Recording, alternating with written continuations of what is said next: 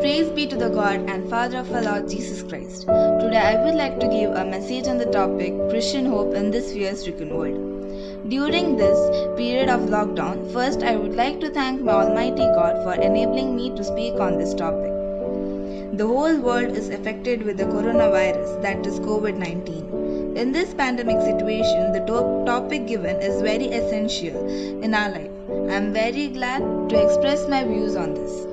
First, let us speak about what is hope. The Christian hope is hope in God, Jesus Christ. Most people understand hope as wishful thinking, as in, I hope something will happen. This is not what the Bible means by hope. The biblical definition of hope is confident expectation. In Romans 8 verses 24 and 25 it is written, For we were saved in this hope, but hope that is seen is not hope. For why does one still hope for what one sees? But if we hope for what we do not see, then we eagerly wait for it with perseverance. If what we hope for doesn't happen, we'll feel bad, whereas what we hope for happens, we'll be happy.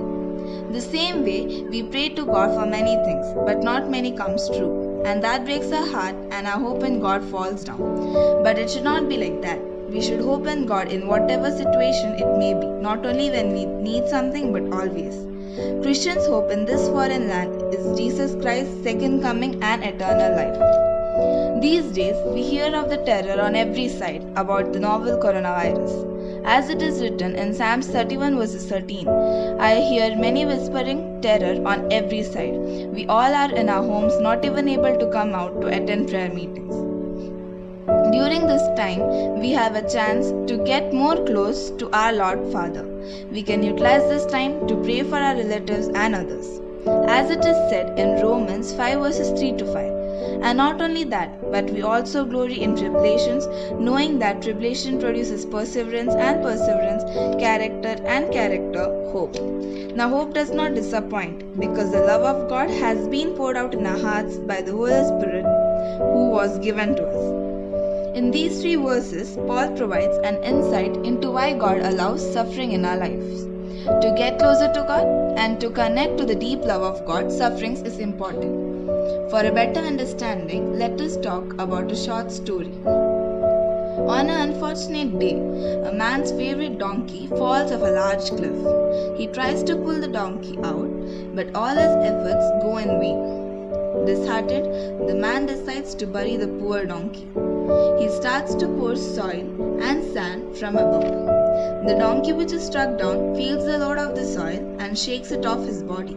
The man pours the soil again, and once again the donkey shakes it off. The man notices that the donkey is shaking off the soil and is stepping on the soil bed, which is acting as a form of elevation. He realizes the donkey is slowly inching closer to the top. With every load of soil that is poured, the donkey rises higher. Several hours pass by, and the donkey continues to pour the soil in until the donkey is united with him again. We can interpret from the story that this is the word of God. Donkey is ourselves and the soil which is the word of God. So we have to read the word of God to increase our hope to overcome the struggles in this foreign land. So as a conclusion, I would like to say a verse from the Bible. 1 Thessalonians 1 verses 3. We remember before our God and Father your work produced by faith, your labor promoted by love, and your endurance inspired by hope in our Lord Jesus Christ. Amen. May God bless you all.